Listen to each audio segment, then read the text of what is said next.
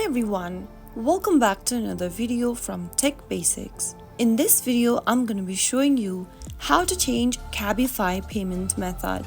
To change your payment method on Cabify, first of all open the Cabify application. Now from the main homepage, after logging in, click on your profile icon at the top left corner. Now select payment methods. Once you select the payment methods tab, tap on edit at the top right corner. Once you get to this payment methods tab, tap on add payment method at the bottom. Now select one of the payment method and enter your credit card or your debit card information, its expiry date, CVV code, and then tap on save. Once you enter a payment method, you can now go ahead and erase your previous payment method. Tap on edit at the top right and click on delete right next to the payment method that you'd like to remove, and finally click on delete in the pop-up.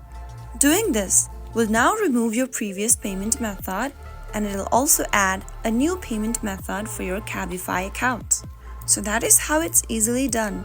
If you found the video to be helpful, go ahead and give us a thumbs up. Don't forget to subscribe to the channel by hitting the subscribe button. Press the notification bell so that you'll never miss another upcoming upload from us. I will be back again in the next episode. Thank you for watching.